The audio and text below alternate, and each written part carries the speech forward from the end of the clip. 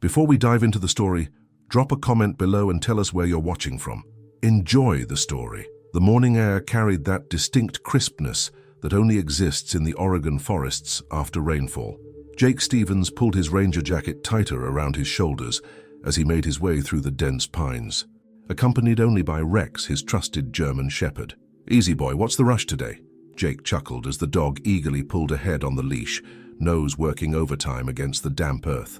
At 43, Jake had been patrolling these woods for nearly 15 years, yet Rex's enthusiasm still made each day feel like their first together. It was supposed to be a routine morning patrol through Cascade National Forest, check for campers, clear any fallen branches from the trails, ensure the wildlife remained undisturbed. Jake had made this same loop countless times, could probably walk it blindfolded if asked. But today would be different. Today would change everything. Rex suddenly froze, his entire body tensing like a bowstring. Then came the bark, not his playful one, nor his alert for wildlife. This was his signal bark, the one Jake had trained him for. "What is it, boy?" Jake approached cautiously, as Rex began digging frantically at the base of a massive old oak. The tree stood like a sentinel, its gnarled branches reaching skyward as if pointing to something beyond. Jake knelt beside his companion, the dampness of the ground immediately seeping through his worn jeans.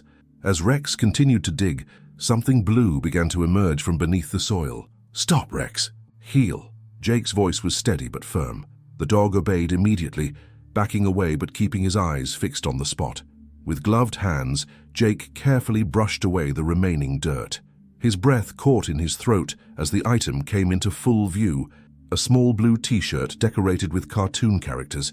Though partially decomposed from exposure, there was no mistaking what it was, or what it meant.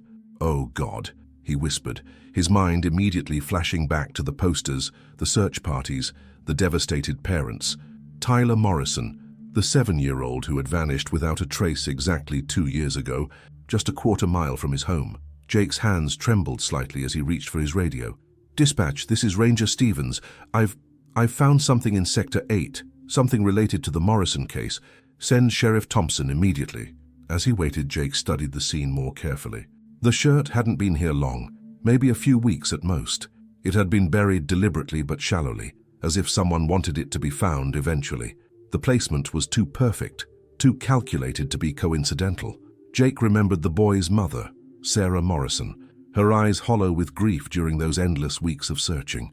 He remembered how the entire community had mobilized, combing every inch of these woods, calling Tyler's name until their voices gave out. And he remembered how, one by one, hope had faded from their faces, from everyone's faces, except Sarah's. The sound of approaching vehicles broke through his thoughts. Soon the peaceful clearing would become a crime scene. Jake looked down at the small blue shirt with cartoon characters that a smiling boy had once worn. "We're going to find you, Tyler," he whispered. "Whatever happened, wherever you are, we're not giving up on you." Little did Jake know that his discovery was just the first piece of a puzzle more complex and heartbreaking than anyone could imagine.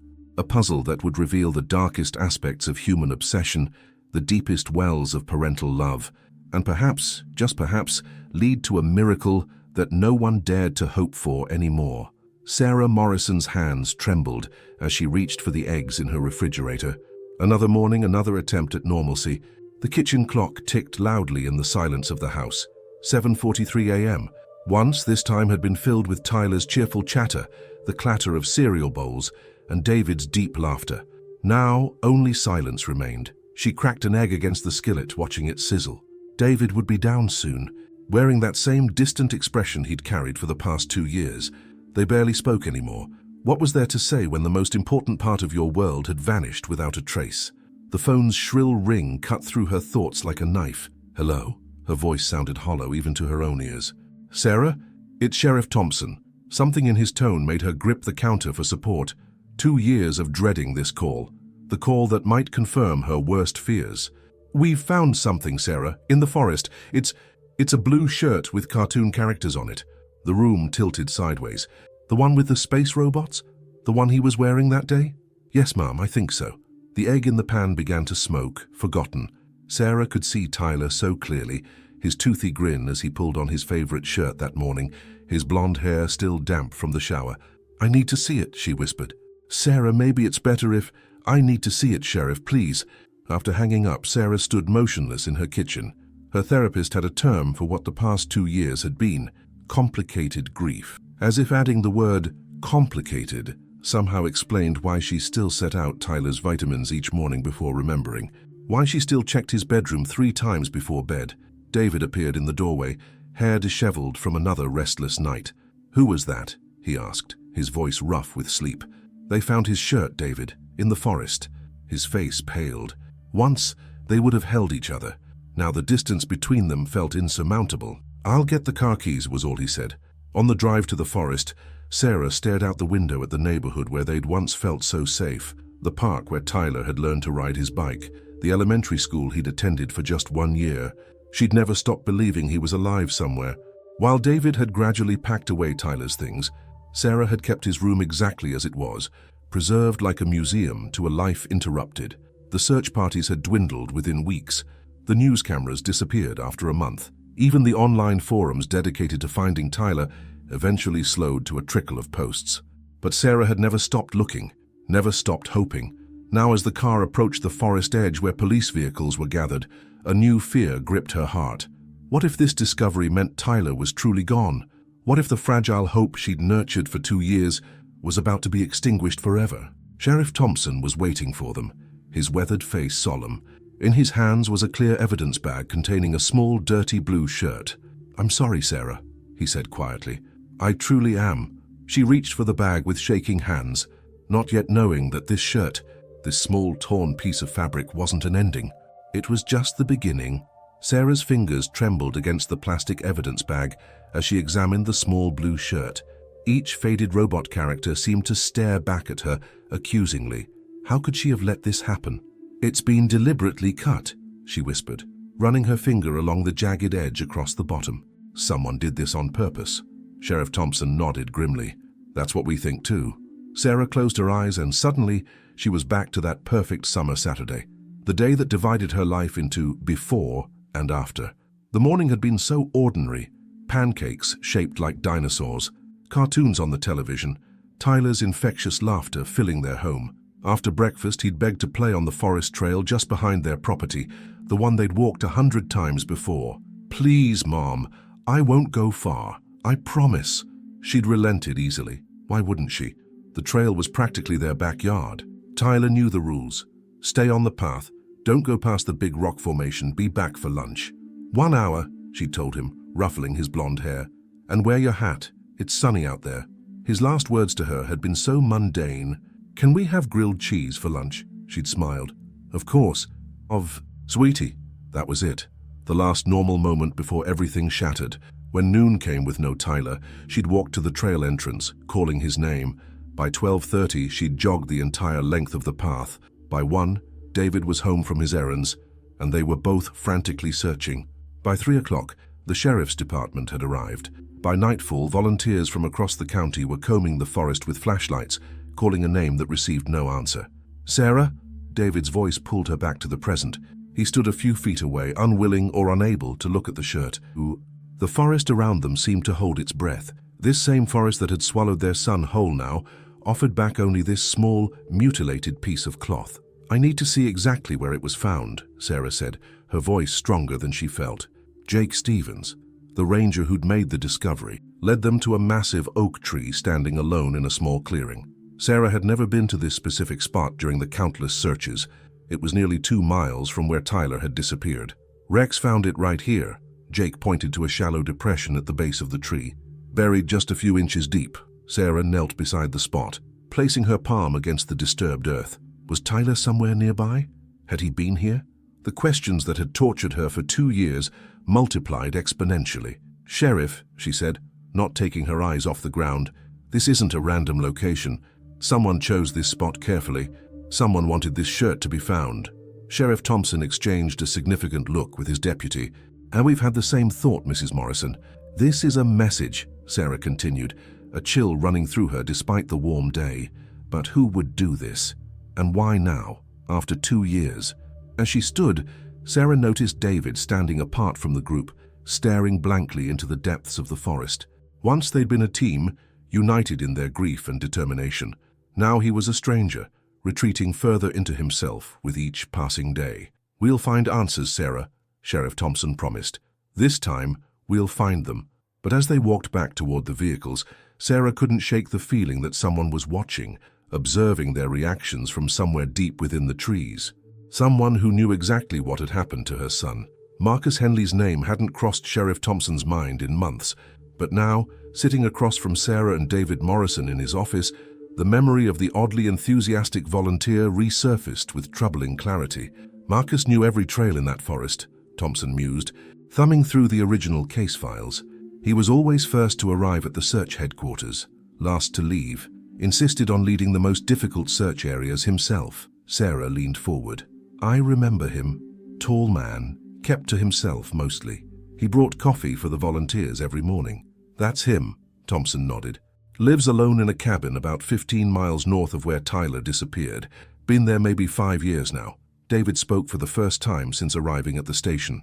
"Why are we talking about him? Was there something suspicious?" Thompson hesitated. Nothing concrete, but looking back he was overly involved, and his cabin wasn't even in the search area we originally established. The sheriff picked up his phone, dialing quickly. "Nancy, get me Marcus Henley's contact information from the Morrison case, and see if Agent Chen from the FBI field office can come in this afternoon." Within an hour, Thompson's cruiser pulled up the long, winding dirt driveway to Marcus Henley's cabin. The property was immaculate, neatly stacked firewood, well-maintained garden beds, freshly painted trim on the windows. "Mr. Henley," Thompson called out, knocking firmly on the door. "Sheriff Thompson here, got a few questions for you." The door opened to reveal a lean, weathered man in his mid-40s. Marcus's expression shifted from surprise to something less readable when he recognized the sheriff. "This about the Morrison boy?" he asked immediately. Thompson's instincts flickered to attention. He hadn't mentioned Tyler. "Mind if I come in?" Inside, the cabin was spotlessly clean, almost unnaturally so. No personal photos adorned the walls, no mail scattered on countertops. It looked more like a display home than a lived-in space. "We found Tyler's shirt yesterday," Thompson said, watching Marcus closely. "Buried near the old oak in Raven's clearing." Marcus's hand, reaching for a coffee mug, paused mid-air. A slight tremor ran through his fingers before he composed himself. That's good news, isn't it? A clue after all this time." "Interesting that you call it good news," Thompson noted. "Most would call finding a missing child's clothing buried in the forest troubling news." Marcus's eyes darted away. "I just meant it for the investigation. Something new to go on. Where were you the day Tyler disappeared, Mr. Henley? Your statement back then said you were fishing at Crater Lake." Marcus nodded too quickly. "That's right, all day. Didn't hear about the boy until evening news." "Funny thing," Thompson said casually. "I checked our records this morning. You told my deputy you were working on your cabin roof that day. Only heard about the missing child the next morning." A bead of sweat formed at Marcus's temple. "Did I? I might have confused the dates. It was a hectic time. 2 years ago you knew exactly where you were. Now you're confused." Marcus stood abruptly. "I think I'd like you to leave now, Sheriff, unless you have a warrant." Thompson rose slowly. "Not yet, but I'll be back, Mr. Henley, and next time, I won't be alone." Back in his cruiser, Thompson radioed dispatch. "Nancy, contact Judge Harmon. I need a search warrant for Marcus Henley's property. And tell Agent Chen we might have a suspect." As he drove away, Thompson glanced in his rearview mirror. Marcus stood in his doorway, watching the cruiser depart. There was something in his posture, something coiled and dangerous, that made the sheriff press harder on the accelerator. The investigation had just taken its first real step forward in 2 years. Special Agent Lisa Chen arrived in a charcoal suit and sensible shoes, her FBI credentials gleaming in the afternoon sun. At 42, she'd spent 15 years specializing in child abduction cases. She'd seen the worst humanity had to offer, yet somehow maintained a quiet optimism that Sarah found instantly comforting. "Mrs. Morrison," Agent Chen said, shaking her hand firmly. "I'm sorry we're meeting under these circumstances." The search warrant for Marcus Henley's property had been approved with surprising speed. Now, a dozen law enforcement officers assembled in the sheriff's office, reviewing tactical plans and assignments. "Our primary focus is finding evidence related to Tyler Morrison," Agent Chen explained, her voice clear and authoritative. "We're looking for clothing, personal effects, photographs, journals, anything connecting Henley to the boy." Sarah watched from the corner, her presence unusual in such a briefing, but insisted upon by Sheriff Thompson. She's waited 2 years, he'd told Agent Chen. She deserves to be part of this. The convoy of vehicles approached Marcus's cabin with lights off. As they surrounded the property, Sarah stayed back with Deputy Wilson, her heart pounding so loudly she was sure everyone could hear it. Marcus emerged from his cabin before they even knocked, his face a mask of indignation. "This is harassment," he called out. "I've done nothing wrong." "Mr. Henley," Agent Chen approached with the warrant held out, "we have authorization to search these premises. Please step aside." For 3 hours, Sarah watched the methodical process unfold. Officers in gloves examined every inch of the cabin, photographing, bagging items, comparing notes. K9 units circled the property perimeter, while ground-penetrating radar scanned for disturbances in the soil. "Mrs. Morrison?" A young officer approached, holding something in an evidence bag. "Agent Chen would like you to look at this." Inside the bag was a child's wool cap, red with a small embroidered pine tree. Sarah's breath caught. This isn't Tyler's. He had a blue baseball cap." The officer nodded, making a note. "Thank you, ma'am." An hour later, Agent Chen approached where Sarah waited by the sheriff's vehicle. "We found something," she said quietly. Behind the cabin, partially concealed by a woodpile and covered with a tarp, officers had discovered the entrance to an underground structure. Metal doors, secured with heavy padlocks, led down into darkness. "It's a bunker," Agent Chen explained as they cut through the locks. "Professionally constructed, well hidden." Sarah's hands trembled as she watched the officers disappear into the earth, flashlights illuminating their way. Minutes stretched like hours until finally, Agent Chen's radio crackled. "Ma'am, you need to see this." The bunker was surprisingly spacious, a main room about 15 feet square, with 2 smaller rooms branching off. Solar-powered lights revealed walls covered with maps of the forest, each marked with colored pins and notations. A table held more maps, some featuring circles around the Morrison property. But it was the smaller room that made Sarah's knees buckle. Children's clothes, at least a dozen sets, were neatly folded on shelves. Toys lined one wall. A small bed with cartoon character sheets sat in the corner. "These aren't Tyler's things," Sarah whispered, clinging to the doorframe for support. "None of these are his." Agent Chen nodded grimly. "Mr. Henley claims he collects items found in the forest for donation, says hikers lose things all the time. And the bunker, says it was here when he bought the property." "Cold War era," Sarah shook her head. "That's impossible. This is new construction." "We know," Agent Chen replied. "The problem is, there's nothing here specifically connecting him to Tyler. No blue shirt with robots, no direct evidence." Sarah stepped further into the room, her mother's instinct screaming that something was wrong. "Very wrong. The bunker's been cleared out recently," Agent Chen continued. "Cleaned thoroughly. Whatever might have been here is gone now." Outside, Marcus Henley sat in a police car, watching the proceedings with an expression impossible to read. The investigation had found something disturbing, but not yet the answers they needed. 3 weeks after the discovery of Tyler's shirt, Sarah sat alone in her kitchen, staring at the calendar. Red X marks covered 21 days of fruitless searching, interviews, and disappointment. The brief spark of hope ignited by Jake's discovery had dwindled to barely an ember. The phone rang, and Sarah answered mechanically. "Mrs. Morrison, this is Sheriff Thompson. I wanted to update you personally." She closed her eyes, already knowing what was coming. The lab results on the shirt came back inconclusive. Too much environmental degradation to recover usable DNA. And he hesitated. "And what?" Marcus Henley passed his polygraph test. Without concrete evidence linking him to Tyler, the DA won't file charges. Sarah's grip tightened on the phone. "He's being released? Under surveillance. We'll have eyes on him around the clock." After hanging up, Sarah moved to the living room window. Across the street, a news van that had been stationed there since the shirt's discovery was finally packing up. Public interest was waning again, just as it had 2 years ago. The front door opened and David entered, his shoulders slumped with exhaustion. Since the investigation reopened, they'd barely spoken, each retreating further into private grief. "They're letting Henley go," Sarah said without preamble. "Out." David placed his keys on the side table. "I know, Thompson called me first." The distance between them, once measured in emotions, now felt physical, as if they stood on opposite shores of an ever-widening river.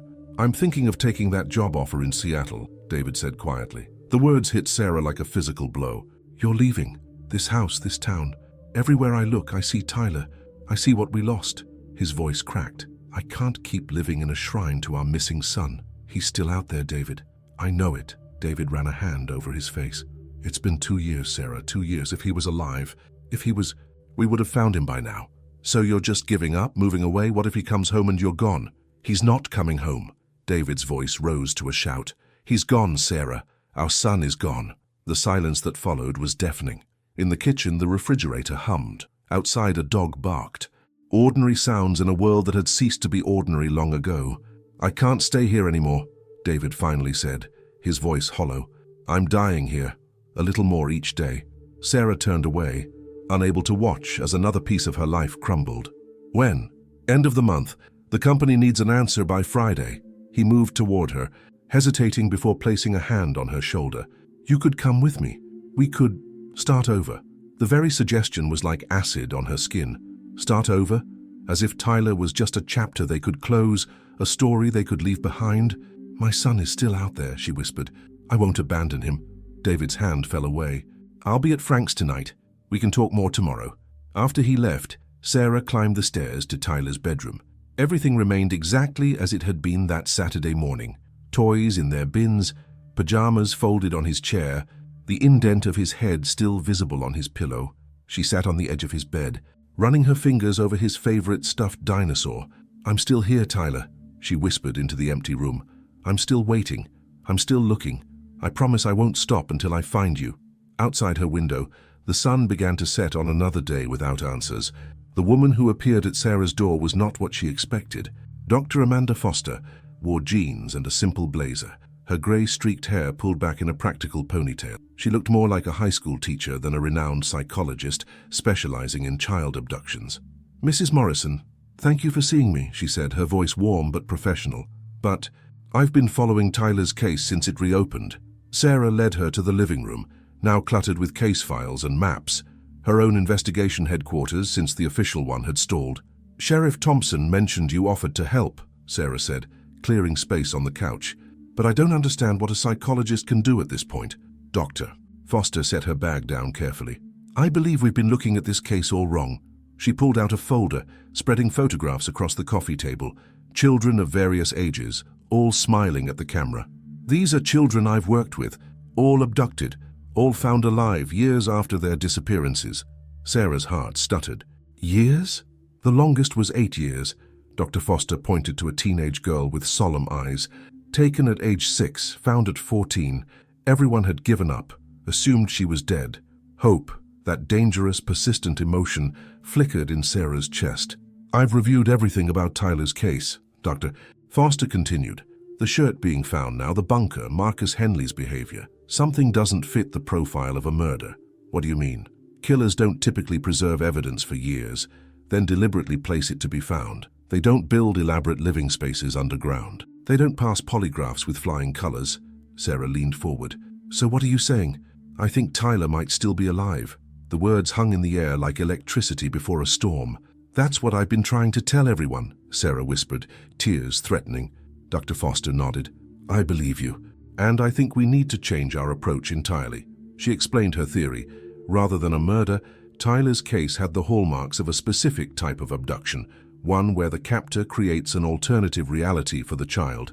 In these cases, the abductor convinces the child that their family abandoned them or died. They position themselves as the child's savior, their protector. Over time, especially with young children, this new reality becomes the child's truth. Sarah's mind raced. So Tyler might think that we didn't want him. It's possible. Children are remarkably adaptable. It's actually a survival mechanism. The thought was almost too painful to bear, her son somewhere believing she had willingly given him up. What do we do? Sarah asked, her voice strengthening with renewed purpose. First, we go public in a very specific way. Dr. Foster pulled out a notepad. We craft messages directed at Tyler himself, not just about him. Messages that might trigger real memories if he sees them. For the next hour, they worked on a script for a press conference. Not a plea for information about Tyler, but a message to Tyler. Remember, we want to include details only Tyler would recognize, Dr. Foster explained. Special memories, family traditions, nicknames, anything that might break through the false narrative he's been living with. Sarah nodded, scribbling furiously. His stuffed dinosaur, Rex, he couldn't sleep without it, and how he hated the crusts on his sandwiches. Oh, And the song I used to sing him at bedtime. Perfect. Dr. Foster smiled. Now, let's talk about where to distribute this. Television, radio, social media, posters. We need to saturate every possible channel. For the first time in weeks, Sarah felt the fog of depression lifting. Here was something concrete she could do, a new path to follow when all others had gone cold. Do you really think he'll see it? She asked. That he'll remember? Dr. Foster's eyes were kind, but determined. I think we have to try. Sometimes, Mrs. Morrison, just one familiar word or image is enough to crack open the door to the truth. Agent Lisa Chen stared at the wall of her temporary office, now covered with printouts, photos, and timelines.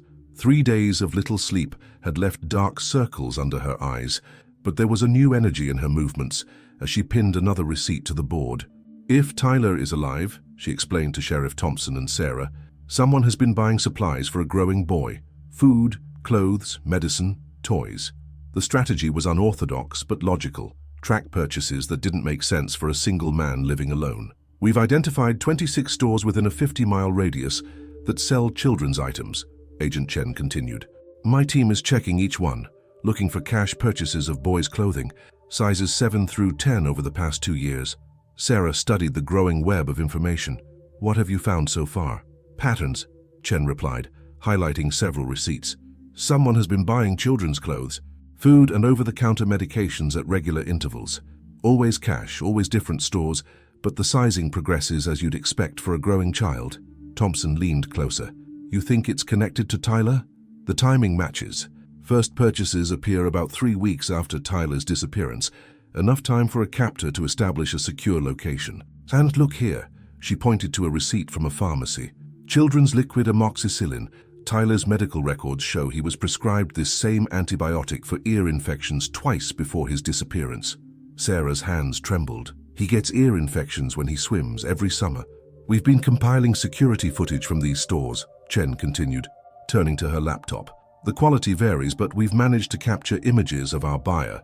The screen showed grainy footage of a man in a baseball cap and sunglasses at various checkout counters. His face was always carefully angled away from cameras, his posture deliberately nondescript. He knows about surveillance, Thompson noted. Definitely, Chen agreed, but he can't hide everything. She played another clip, this one showing the man walking toward a store exit. Watch his gait, his posture. Sarah leaned forward, something tugging at her memory. There's something familiar about the way he walks. Exactly, Chen nodded. He has a slight favoring of his right leg, almost imperceptible unless you're looking for it. Thompson frowned. Marcus Henley doesn't have a limp. No, he doesn't, Chen agreed, which is why we've expanded our investigation beyond him. She pulled up another document. We've cross-referenced purchases with credit card records in the area. Most people who buy children's items also buy adult things. Their own clothes, alcohol, specialty foods. But our mystery shopper only buys necessities for himself. Basic food, gas, occasional hardware, everything a child might need, but minimal adult purchases. Like someone living for the child. Not themselves, Sarah whispered. We think so, Chen said gently. And there's more. The timing of the purchases changed about 6 months ago, became more erratic, more desperate. Around the same time, hardware stores in the area reported increased sales of security equipment, locks, cameras, motion sensors. He became afraid, Thompson realized. Something spooked him. Chen nodded. We think he became aware someone might be closing in, perhaps noticed increased police activity, or recognized a pattern in his own behavior that might expose him. Sarah stood abruptly, pacing the small office. Yes, so he's still out there. Tyler is still out there, and this person is becoming more paranoid, more dangerous. We're closing in, Mrs. Morrison, Chen assured her. Every purchase narrows the search area. Every camera gives us more to work with. As Sarah studied the footage again, that nagging sense of familiarity returned. Something about the man's movements, the set of his shoulders. I know him, she said suddenly.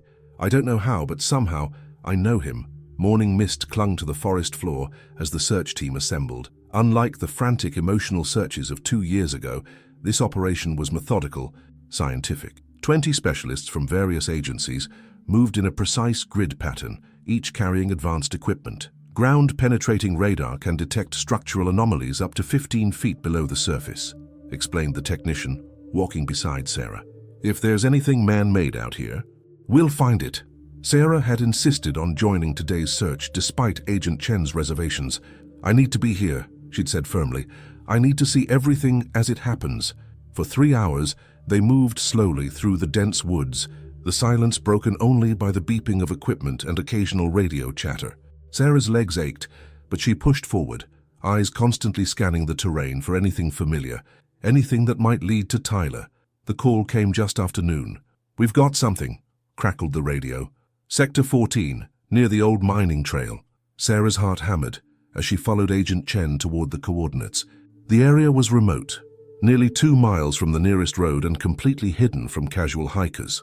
"Here," said the radar technician, pointing to a patch of ground that looked entirely ordinary: ferns, moss, scattered pine needles.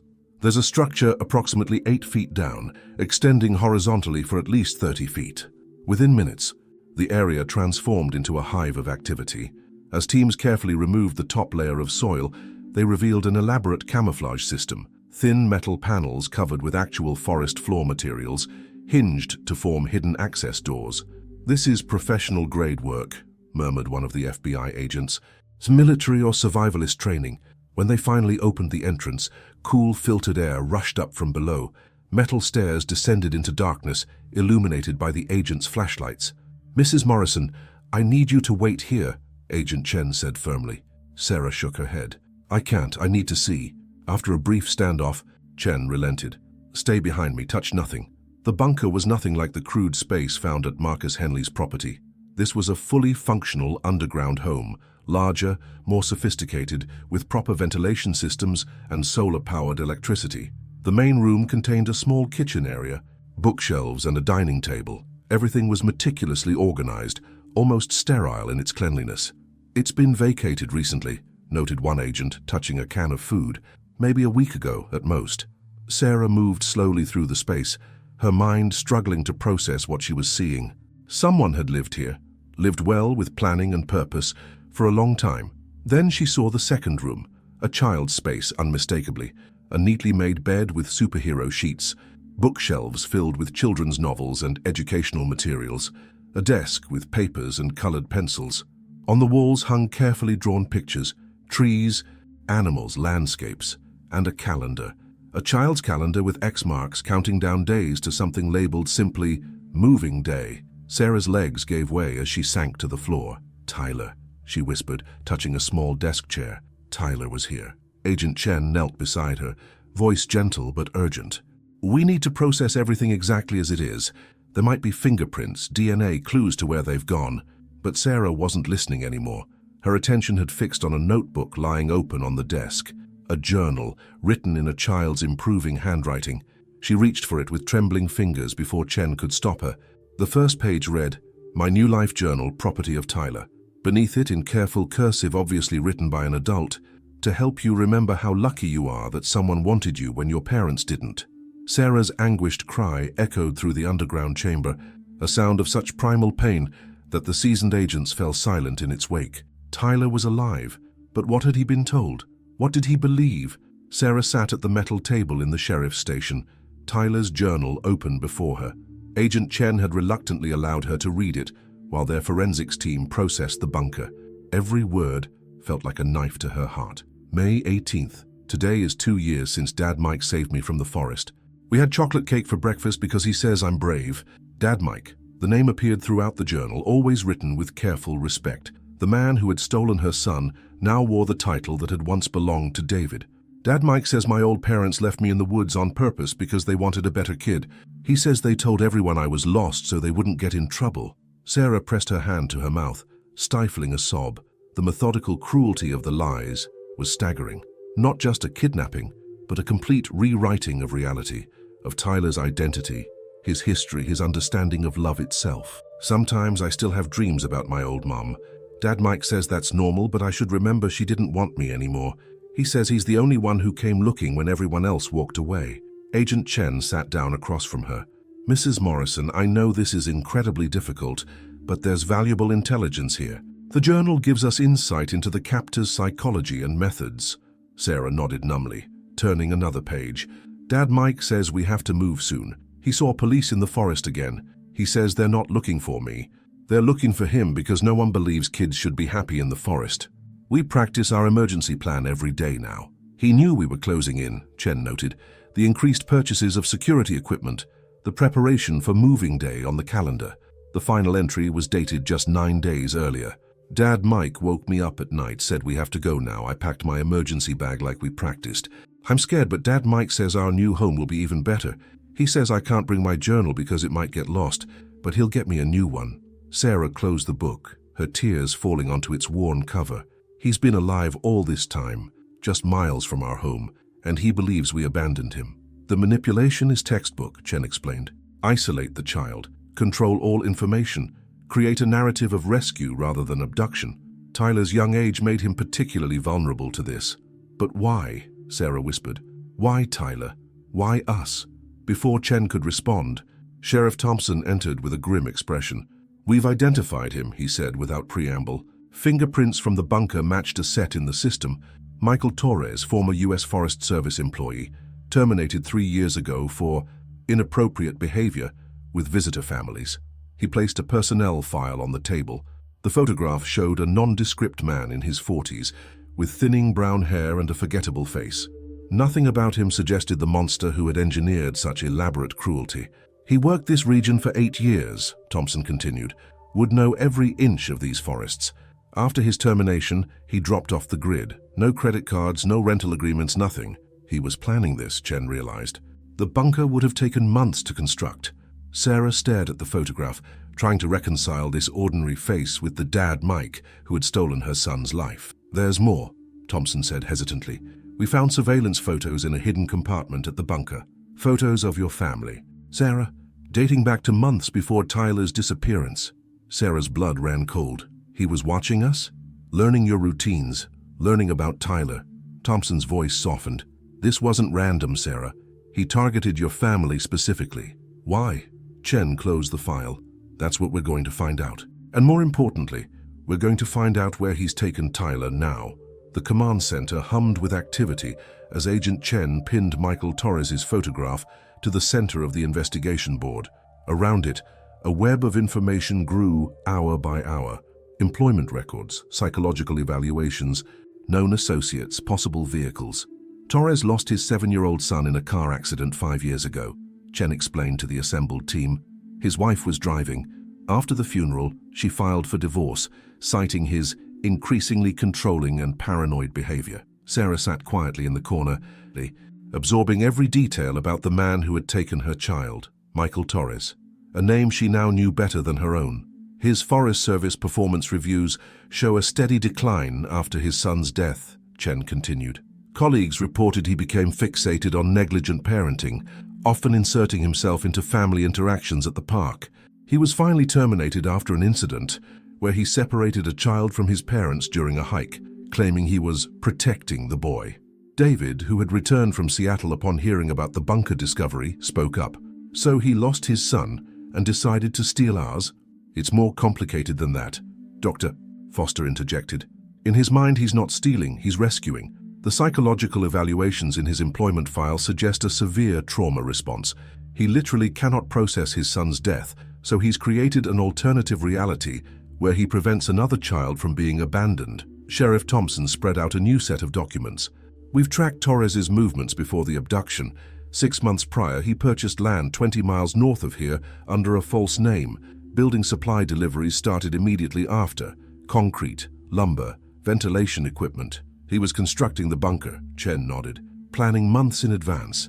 What about now? Sarah asked, her voice stronger than she felt. Where would he take Tyler? Chen moved to a map stretched across one wall. We've identified 3 potential locations based on Torres's background. A family cabin in the Cascade Mountains that supposedly sold years ago, but might have been a false transaction. A former fire lookout tower he worked at during his Forest Service days, and a property owned by his deceased parents near the Canadian border. All 3 locations are remote, defensible, and would allow him to continue isolating Tyler, Thompson added. David studied the map. How do we narrow it down? We can't search all 3 simultaneously with enough manpower. We won't have to, Chen said, turning to a technician at a computer. Play the audio again. The technician clicked a button and a child's voice filled the room. Tyler's voice from a video they'd found hidden in the bunker. "I hope we can live near mountains at our new home. Dad Mike promised we'd go somewhere with snow in the winter."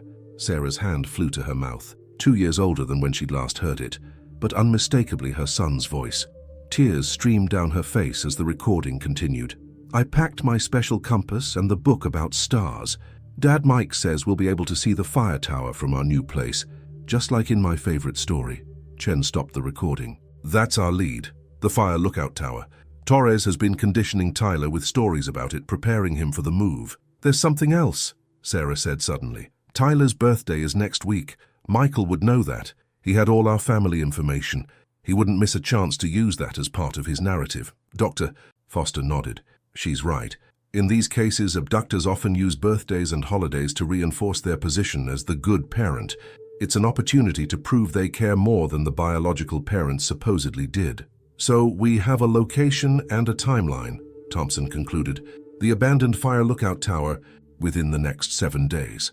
As the team mobilized, creating tactical plans and organizing resources, Sarah stared at Michael Torres's unremarkable face on the board. "I'm coming, Tyler," she whispered. "Hold on just a little longer." For the first time in 2 years, finding her son seemed not just possible, but imminent.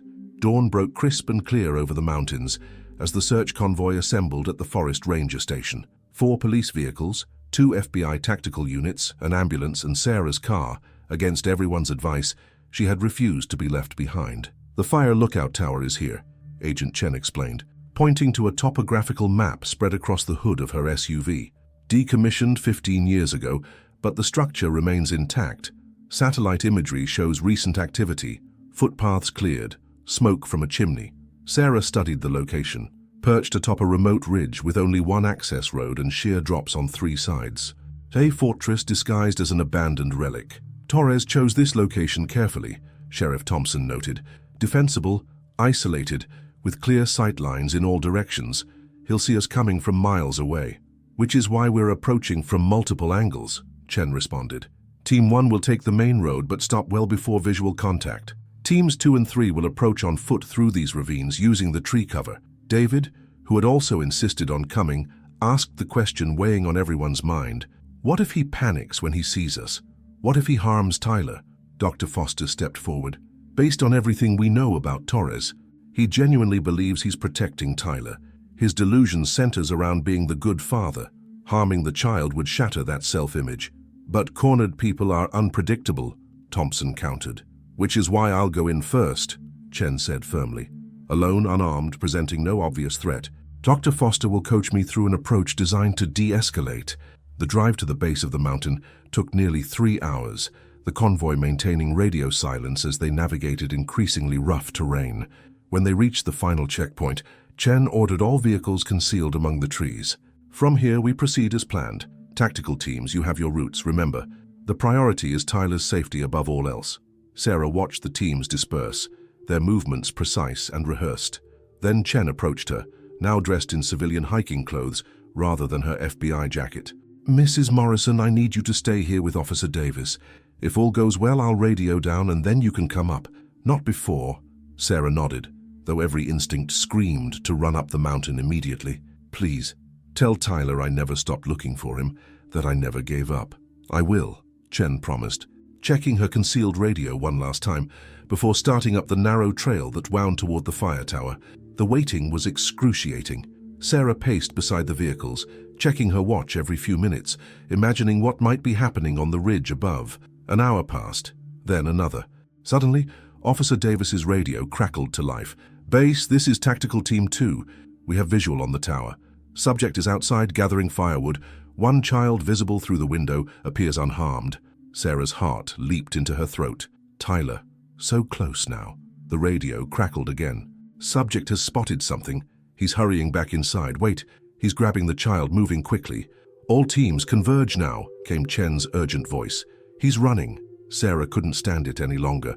While Officer Davis was focused on the radio transmission, she slipped away, breaking into a run up the mountain trail. She knew it was reckless, knew she was violating every protocol, but nothing could keep her from her son now. The steep path left her gasping for breath, her legs burning with exertion, but she pushed forward relentlessly. As she rounded a bend, She finally saw it. The weathered wooden tower perched against the sky, tactical teams converging from all directions. And there, on a narrow trail heading away from the tower, two figures, a man pulling a child by the hand, moving rapidly toward the eastern ridge. Tyler! The name tore from her throat before she could stop herself. The distant figures froze. Then the man began moving faster, dragging the reluctant child behind him. The pursuit had become a race against desperation.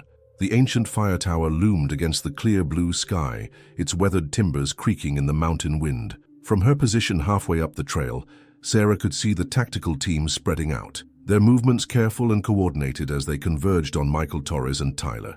Torres had reached a narrow wooden footbridge spanning a deep ravine. On the other side lay dense forest.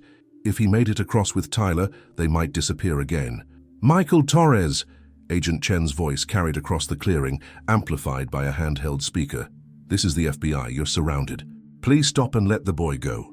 Michael froze at the edge of the bridge, pulling Tyler close to his side. Even from a distance, Sarah could see her son's confusion and fear. "Stay back," Michael shouted.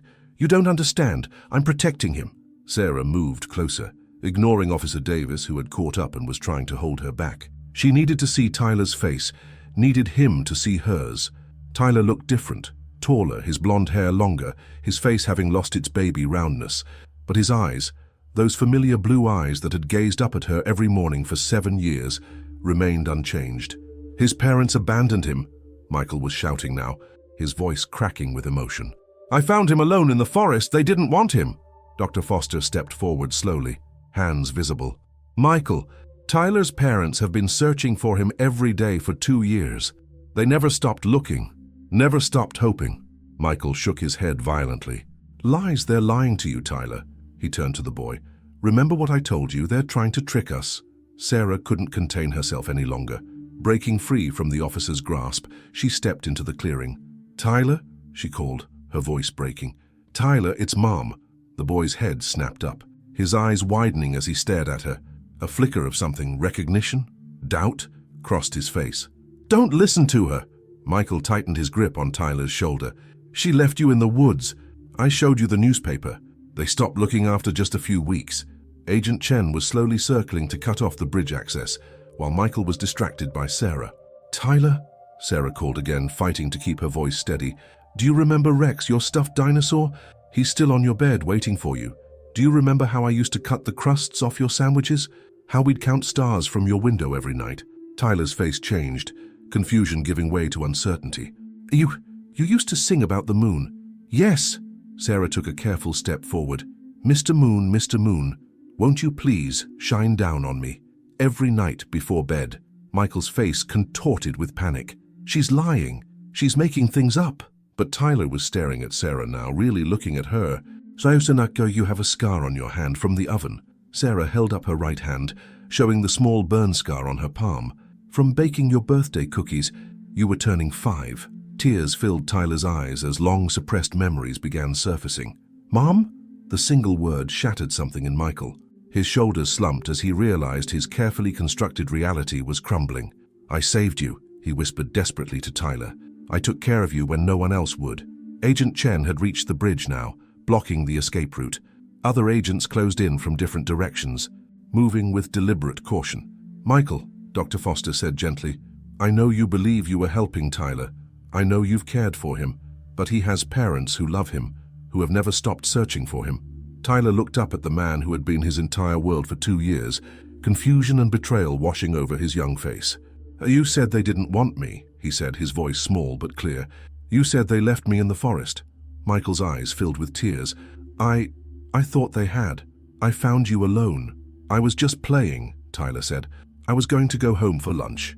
With those simple words, Michael Torres's elaborate fiction finally collapsed. He sank to his knees, still holding Tyler's hand but no longer restraining him. "I just wanted to be a good father," he whispered, "like I couldn't be for my son." Agent Chen moved in swiftly, separating Tyler from Michael. As officers secured Torres, Chen guided Tyler toward Sarah, who stood trembling at the edge of the clearing. Mother and son faced each other, two people forever changed by the nightmare of the past 2 years. "Mom?" Tyler whispered again, tentative and uncertain. Sarah knelt down, opening her arms. "I'm here, baby. I've always been here." The interrogation room was deliberately non-threatening, soft chairs instead of metal ones, muted colors on the walls, a box of tissues within reach. Michael Torres sat with his head bowed, hands clasped tightly on the table. He looked smaller somehow, diminished, as if the collapse of his delusion had physically shrunk him. On the other side of the one-way glass, Sarah watched alongside Agent Chen and Dr. Foster. David had taken Tyler to the hospital for a complete examination, though the boy appeared physically healthy. "I'd like to speak with him," Sarah said quietly. Chen shook her head. "That's not advisable, Mrs. Morrison. I need to understand.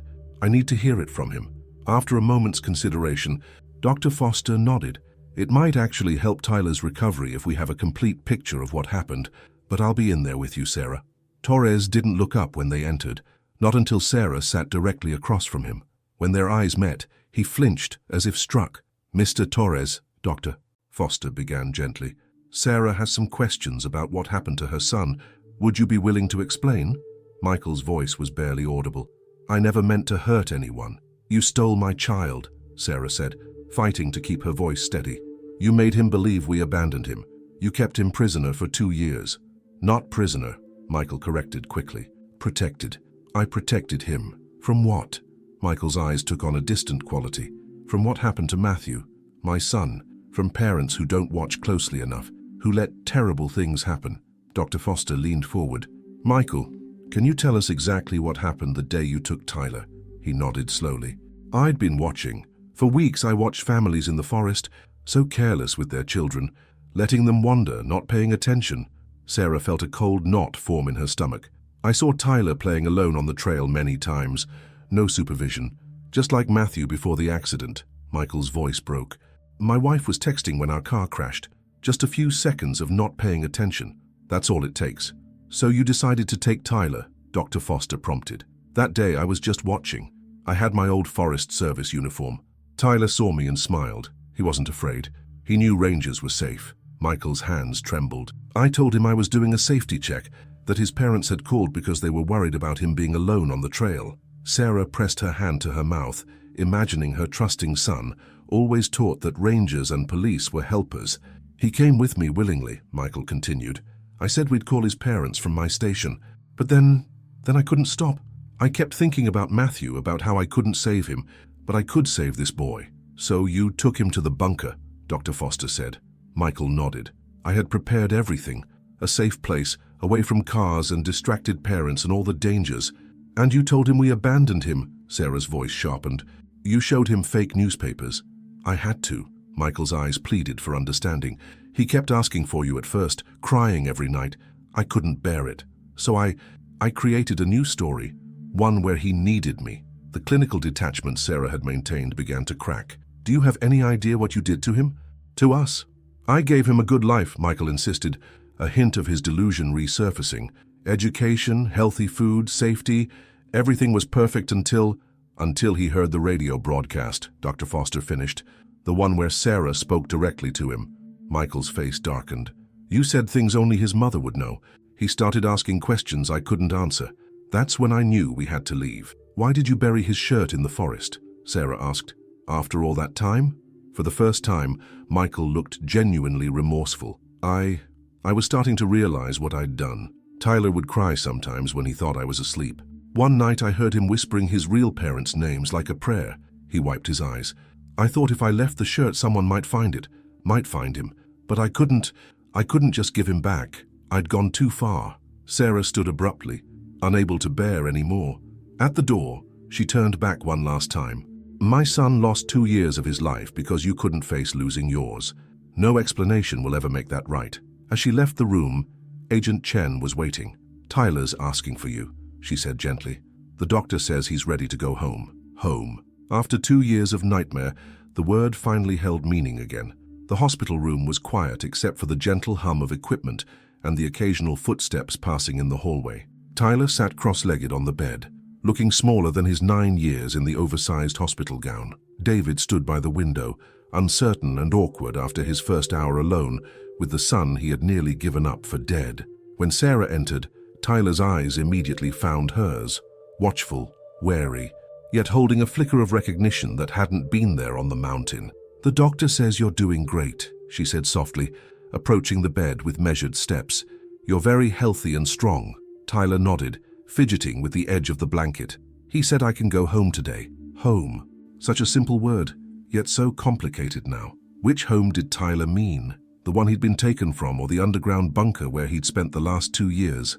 Sarah sat carefully on the edge of the bed, maintaining a respectful distance. Dr. Foster had warned them, don't rush physical affection. Don't overwhelm him with emotions. Let him set the pace. "Tyler," she began gently, "I know everything must feel very confusing right now." He nodded, his eyes downcast. "Dad Mike said you didn't want me anymore, that you left me in the forest on purpose." The words stung, but Sarah kept her voice steady. That wasn't true, Tyler. We never stopped looking for you. Not for a single day." From his bag, David produced a thick photo album and placed it on the bed. "We brought this to show you." Tyler hesitantly opened the album. Inside were newspaper clippings, posters, photographs, a chronicle of their relentless search. Tyler's face on missing child alerts, Sarah and David at candlelight vigils, search parties combing the forest. "Your bedroom is exactly the same," Sarah continued. "Rex is still on your pillow. Your favorite books are still on the shelf." Tyler's fingers traced a photograph of his bedroom. "I remember the glow-in-the-dark stars on the ceiling." 97 of them, David said, his voice rough with emotion. "You insisted on counting them every night." A faint smile flickered across Tyler's face. "And you always said there were 98 just to tease me." The small memory, so ordinary, yet so profound, hung in the air between them, a thread connecting past to present. Sarah reached slowly into her purse and withdrew a small stuffed dinosaur worn and faded from years of love. "I brought someone who's missed you very much." Tyler stared at Rex, his composure finally cracking. With trembling hands, he reached for the toy, clutching it to his chest as the first tears began to fall. "I remembered," he whispered. "Sometimes at night I remembered things, but Dad Mike said they were just dreams."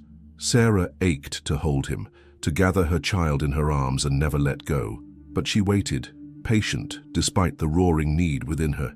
"You have a scar," Tyler said suddenly, pointing to David's forearm. "From when you were teaching me to fish. The hook got you instead of the fish." David nodded, tears streaming freely down his face now. "Your first casting lesson. You were so worried about hurting me that you wouldn't touch a fishing rod for weeks after." "I remember Mom's cookies," Tyler continued, the memories returning faster now. "Chocolate chip with the special salt on top, and the song about the moon at bedtime." Each recollection seemed to strengthen him, to ground him more firmly in his true identity. Finally, Tyler looked directly at Sarah, his blue eyes so like her own, clear and certain. "You never left me in the forest, did you?" "Never," she whispered. "We never stopped looking for you, Tyler, not for a single minute of a single day." Something resolved in Tyler's expression. He scooted forward on the bed, and with the simple trust of a child finding his way home, leaned into Sarah's arms. She embraced him gently, feeling his small body shake with silent sobs.